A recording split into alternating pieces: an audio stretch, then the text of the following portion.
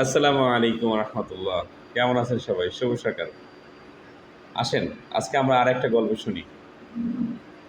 একবার এক সাপ পীর সাহেবের কাছে গিয়েছে মুরিদ হওয়ার জন্য।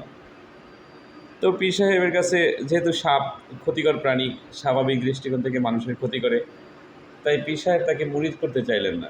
এবং পীর সাহেব বললেন, তোমাকে আমি যে মুরিদ তৈরি করবো বা মুরিদ বানাবো, তুমি তো মানুষের ক্ষতি করো, মানুষ তো তোমাদেরকে দেখলে ভয় পায়। তো সাপ নাছর প্রাণী, সে বলতেছে, হুজুর আমাকে আপনি যেই দীক্ষা দিবেন আমি ওই দীক্ষা শুনে চলবো, দীক্ষা দেখে চলাফেরা করবো বা দীক্ষা শুনে চলবো, যেহেতু আপনি আমার পীর, পীরের কথা শোনা ওয়াজিব। ওকে। তো সাহেব এই কথা বলায় পীর সাহেব বললো, আচ্ছা ঠিক আছে, তোমাকে একটা পরীক্ষা দিব, তুমি পরীক্ষা পাশ করতে বললে তবেই আমি তোমাকে আমার মুরিদ বানাবো। তো সাহেব শোনার জন্য রেডি, বলতেছে, তুমি আর কাউকে কোনো ক্ষতি করবে না, কাউকে দেখলে ভয় দেখাবা না, বিশেষ করে মানুষ জাতিকে কাউকে দেখলে ভয় দেখাবা না, কারো ক্ষতি করবা না, ঠিক আছে? এবং তুমি যদি এভাবে 1 মাস চলতে পারো তাহলে আমি তোমাকে মুরিদ বানাবো। তো সাপ বলতে এটা কোনো বিষয় হইলো? তো ওয়ান্ডার বিষয়, আমি কাউরে ভয় দেখাবো না, হয়ে গেল। তো সাপ পীরের দরবার থেকে চলে আসলো। এখন সাপ তো জানে তাকে ভয় দেখা, মানুষকে ভয় দেখানোর একটাই সিস্টেম, যে ফস করতে হবে কিংবা সাউন্ড করতে হবে, এ না করে তো সে ভয় দেখাতে পারবে না। তো একইভাবে সাপ কী করলো, ফস করা বন্ধ করে দিল। সে এক ধান ক্ষেতের পাশে শুয়ে আছে, কৃষকরা ধান কাটতেছে। ধান কাটতে কাটতে একটা সময় রাত হয়ে গেছে, সন্ধ্যার পর আসলে অন্ধকার চলে এসছে।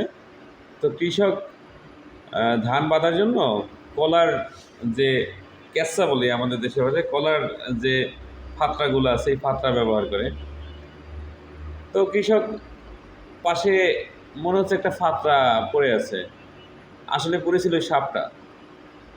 তো ফাতরা মনে করে কৃষক এই সাপ দিয়ে তার ধানের আটি বাঁধছে, আটি বেঁধে বাসায় নিয়ে গেছে মাথায় করে।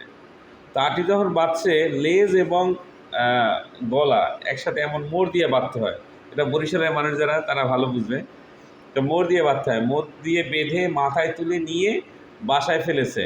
পরের দিন সকালবেলা কৃষক যখন এটা বাচ্চা খুলছে, দেখছে আরে এটা তো সাপ। তখন কৃষক তাড়াতাড়ি করে খুলে দিছে এবং তাড়াতাড়ি করে ঘরের মধ্যে চলে গেছে।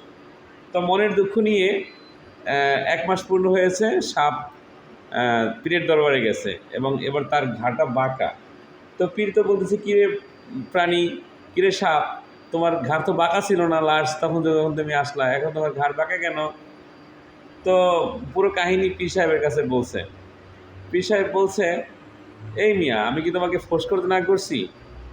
আমি তোমাকে বলছিলাম যে তুমি মানুষকে ভয় দেখাবা না, আমি তোমাকে বলছিলাম যে মানুষের হাত থেকে তুমি বাঁচবা না, শুধু বলছি তুমি মানুষকে ভয় দেখাবা না।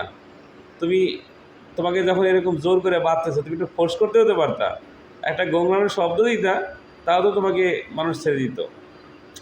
আজকের গল্প থেকে আমরা যেটা শিখলাম, সাদাকে সাদা এবং কালাকে কালা বলতে হবে, সবসময় চুপ করে থাকা চলবে না। যেটা, যেখানে যতটুকু প্রতিবাদ করা দরকার ওখানে অতটুকু প্রতিবাদ করতে হবে, অতটুকু, এর বেশি প্রতিবাদ করে মানুষকে ক্ষতি করা যাবে না, কিন্তু প্রতিবাদ আপনাকে করতেই হবে। প্রতিবাদ না করলে, মানুষের ক্ষতি না করে প্রতিবাদ না করলে আপনি চিপসে যাবেন, ঠিক সাপের ন্যায় আপনার ঘাটটাও বাঁকা হয়ে যাবে। আজকের দিনটি সবার শুভ হোক। ভিডিওটা একটু লং হয়ে গেল, ধৈর্য ধরে শোনার তৌফিক দান করুন। আসসালামু আলাইকুম।